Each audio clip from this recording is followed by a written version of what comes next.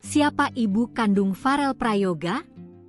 Terusir ibu tiri hingga jadi buruh cuci, 14 tahun baru komunikasi. Penyanyi Farel Prayoga mengungkapkan hal mengejutkan bagi banyak orang karena dirinya ternyata mendapat perlakuan tak menyenangkan sejak kecil dari ibu tirinya.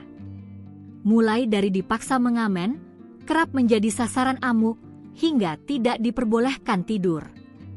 Bahkan Farel sempat diusir dari rumah. Sosok ibu kandung Farel Prayoga kini jadi pencarian warganet.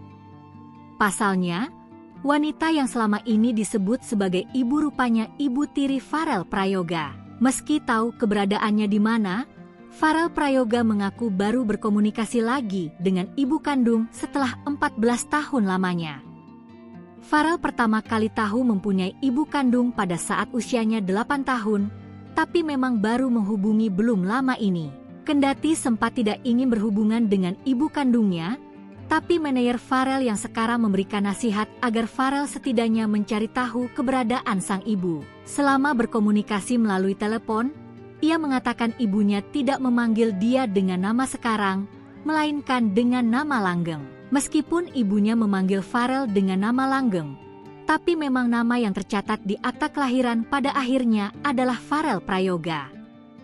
Farel pun berharap suatu saat dapat bertemu dengan ibu kandungnya yang kini bekerja sebagai buruh cuci. Sayangnya hingga saat ini, nama ibu kandung Farel Prayoga belum bisa ditemukan.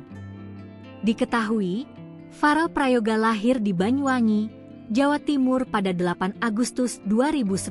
Farel pernah menjadi pengamen sebelum viral dan diundang ke banyak acara karena menyanyikan lagu Ojo Dibandingke, karya Abah Lala.